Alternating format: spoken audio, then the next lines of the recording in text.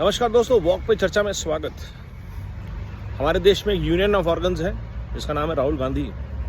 जहां भारत को जोड़ने की बात चल रही है, युवाओं को जोड़ने की बात चल रही है, महिलाओं के सशक्तिकरण की बात चल रही है, किसानों की बात चल रही है। ये व्यक्ति आज भी धर्म, क्षेत्र और जात की राजनीति से ऊपर नहीं उठ पा रहा। और उसका सिंपल सा रीज़न ये है कि जिस पार्टी से वो आते हैं और जिस पार्टी से बाकी सब पार्टियां उनकी रक्त बीज निकली हैं, उनके डीएनए में लूट, झूठ और फूट है। ये हकीकत है। और लूट, झूठ और फूट सिर्फ इसलिए है कि ये परिवार करते रहे भ्रष्टाचार, और कोई रीज़न नहीं है। आप सोचिए, 60 साल में जो पार्टी देश में रही और गरीबी हटाओ का ड्रामा करती रही, वो गरीबी नहीं हटा पाई। जातियों का सर्वे, काउंटिंग कराना चाहते हैं, क्यों नहीं करवाया आज तक? आज क्यों करना चाह रहे हैं वो जातियों का सर्वे? क्योंकि आज देश एक हो रहा है, हिंदू, सनातन हिंदू एक हो रहा है। देश मेरिटोक्रेसी पे बात कर रहा है। देश बात कर रहा है जिसकी जितनी काम करने की क्षमता, उतनी उसके लिए अपॉर्चुनिटीज। देश कर्म योग से बढ़ रहा है आगे, श्रम योग से बढ़ रहा है आगे। लेकिन ये क्या बात करते हैं? जिसकी जितनी संख्या भारी उतनी उसकी हिस्सेदारी। मेरिट पे कोई बात नहीं होगी, स्किल्स पे कोई बात नहीं होगी, एजुकेशन पे कोई बात नहीं होगी, इंफ्रास्ट्रक्चर पे कोई बात नहीं होगी, हिस्सेदारी पे बात होगी। और ये हिस्सेदारी जिनके नाम पे मांगी जा रही है,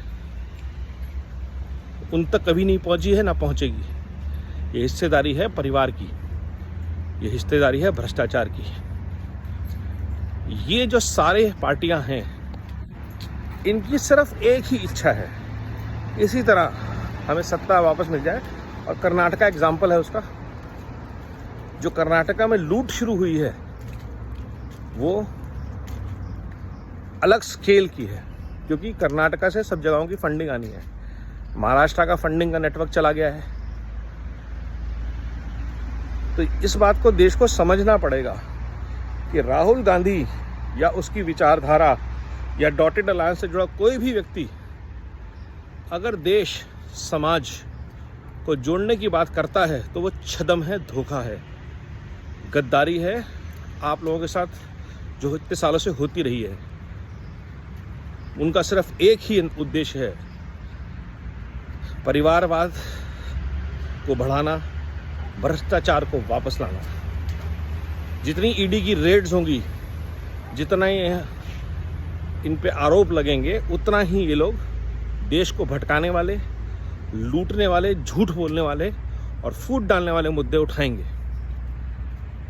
कभी सिखों के नाम पे, कभी मुसलमानों के नाम पे, कभी ओबीसी के नाम पे, कभी तमिलनाडु, मिजोरम के नाम पे। इनका काम ही है देश को आपस में लड़वाना, अपनी दुकान चलाना, फिर उसके ऊपर लेबल लगाना मोहब्बत की दुकान। ये मोहब्बत की दुकान में जो नफ़रत का सामान बेचा जाता है, ये भारत ने अच्छी तरह देख लिया है, जान लिया है, समझ लिया है। सवाल ये नहीं है कि भारत में कितने % आबादी को क्या हिस्सा मिला है। सवाल ये है कि कांग्रेस पार्टी में आज तक ओबीसी प्रधान क्यों नहीं बना? कितने % ओबीसीज को कांग्रेस ने आज तक CWC का मेंबर बनाया है? कितने % महिलाओं को आज तक कांग्रेस पार्टी ने CWC कमेटी का मेंबर बनाया है? कितने % मुसलमान कांग्रेस की CWC का हिस्सा हैं? क्या 20%, 25% मुसलमान हैं?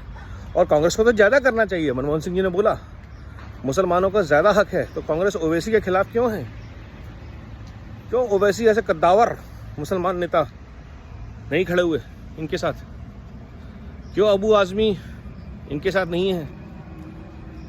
समझिए, हर एक की अपनी अपनी नफरत की दुकान है और हर एक की अपनी अपनी दुकान पे बिकता सामान है, जिससे चलना उनका भ्रष्टाचार का व्यापार है। सो परिवारवाद और भ्रष्टाचार पे करिए करारा प्रहार। फिर से आनी चाहिए मोदी सरकार।